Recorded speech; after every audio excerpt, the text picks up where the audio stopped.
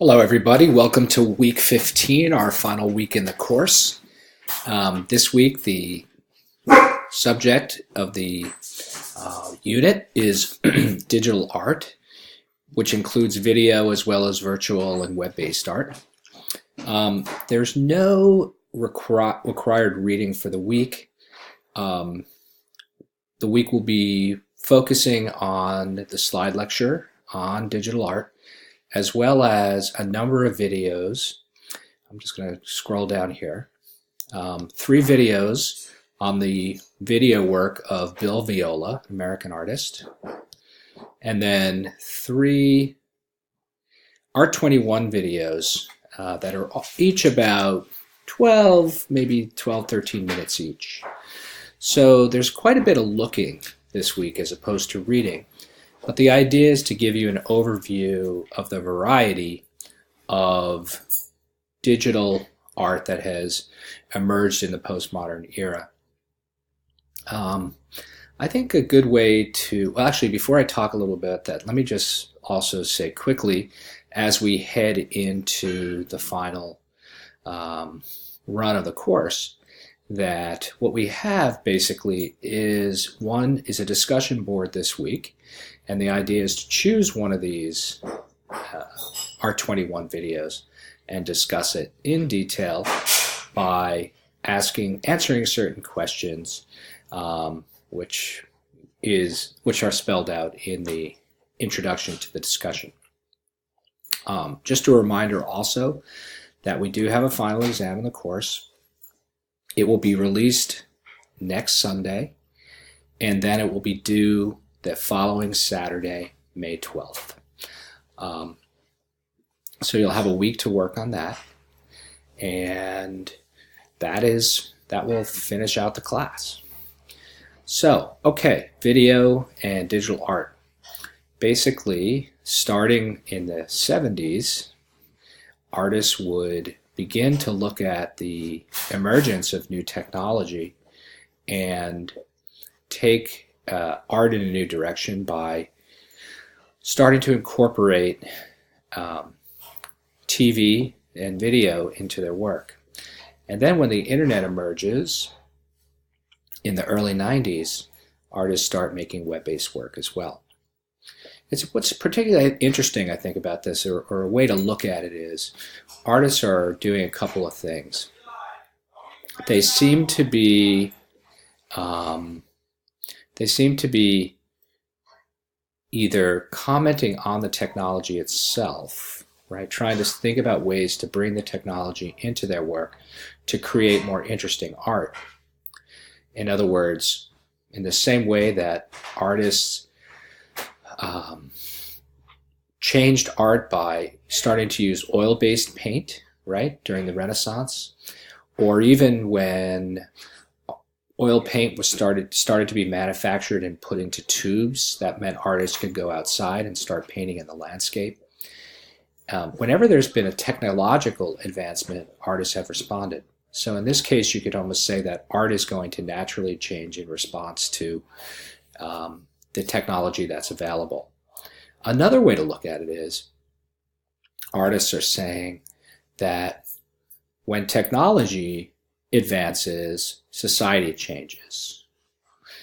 Therefore, they're trying to create commentary on society, either the way technology changes us or the fact that society is changing in such a way that that those changes are captured in technology. Let's talk about smartphones for a moment, right? If you look at some of the work that we're going to look at this week, some of the graphics look pretty primitive.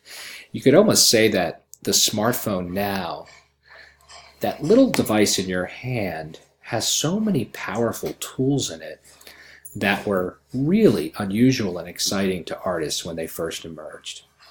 Now you can do anything with your phone, right? You can create video, you can manipulate video, you can, what we might call Photoshop, right? You can edit photos very easily right on your phone.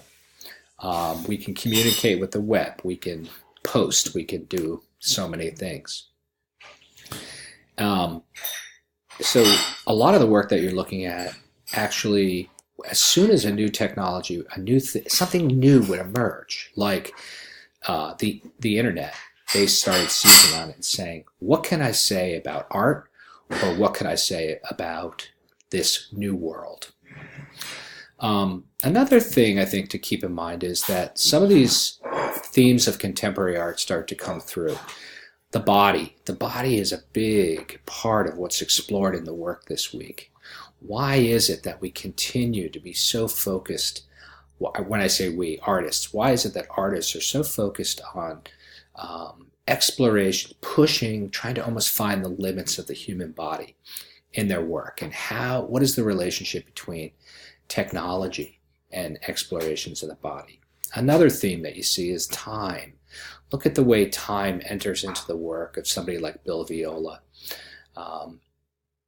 It's really quite interesting. Actually, all the artists that you're seeing today in some way capture or embody some kind of commentary on the passing of time, whether it's about life and death or the pace of modern society.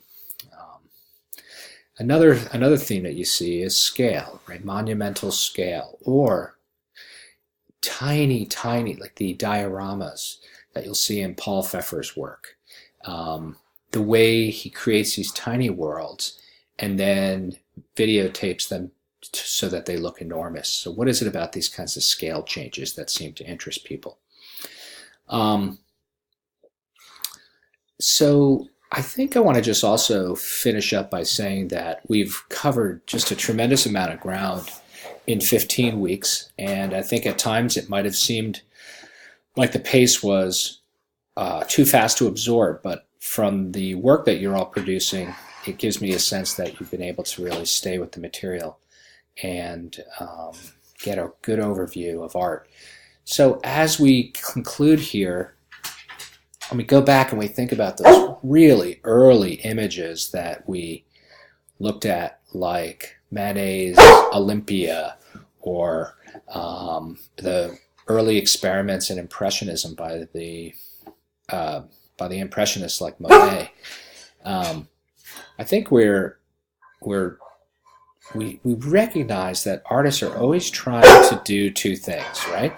They're trying to push the language of art, and they're trying to comment on the society that they live in. And I think if we look over, I'm sorry, my dog is barking. If we look over time, sometimes the comments that they make are so extreme. They seem to push our thinking so far that it's almost like we can't absorb their message. And at other times, those messages make a lot more sense. So I'll be curious to hear in the discussion how you feel they do with regard to video and other ways of making digital art.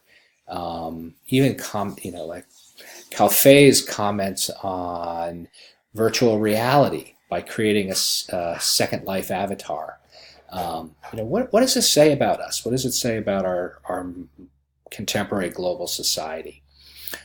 So here's an opportunity to see if video and digital art resonates, if it makes sense, if it seems to speak to something. Are artists being as provocative as, say, a Pollock was, or a Duchamp? What's the relationship, say, between pop art and contemporary video art? Say between Andy Warhol, his repetitive Campbell soup cans, and Namjoon Paik's large video installations that have hundreds of video screens, of TV screens, bolted together to create a sculpture. What does it say about us? What does it say about who we are? What does it say about what we care about, how we communicate, and how we live? So I will sign off in saying that I've really enjoyed working with you and reading your work over the semester. I'll be grading your papers this week and then looking at your final exams and grading them. And of course, looking at the discussion as it develops over the week.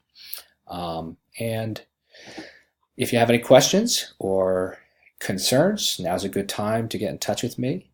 and good luck with everything this week. Bye-bye.